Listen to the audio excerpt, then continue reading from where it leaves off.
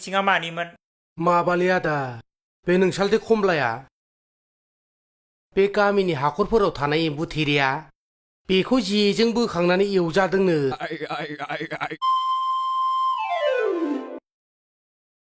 ओरैनो बैसाग मासाव अखा हायैनि दावरावखा।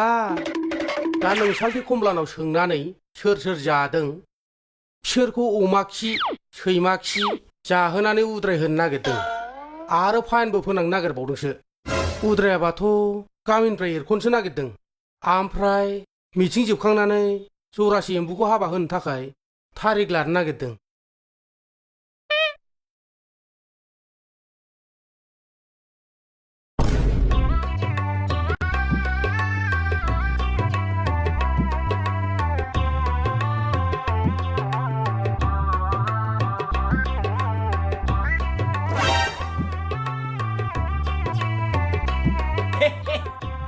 कमला सालथे ओइ सालथे अखा गैया दै गैया हा बबाव ना सारनानै फैखो?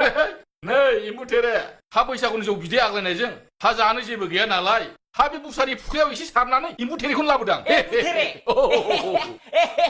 गोथाव जायोलै दाबायदियाव मेजेम जायोथ' बेबो।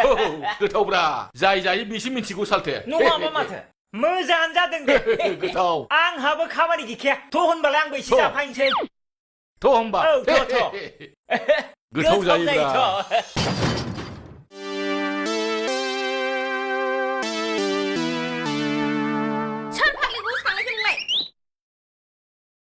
मानसियानो फाग्ला थालायबो लोंनाय जानायबाथाय सानहाबनाय हुदाखौनो गारा।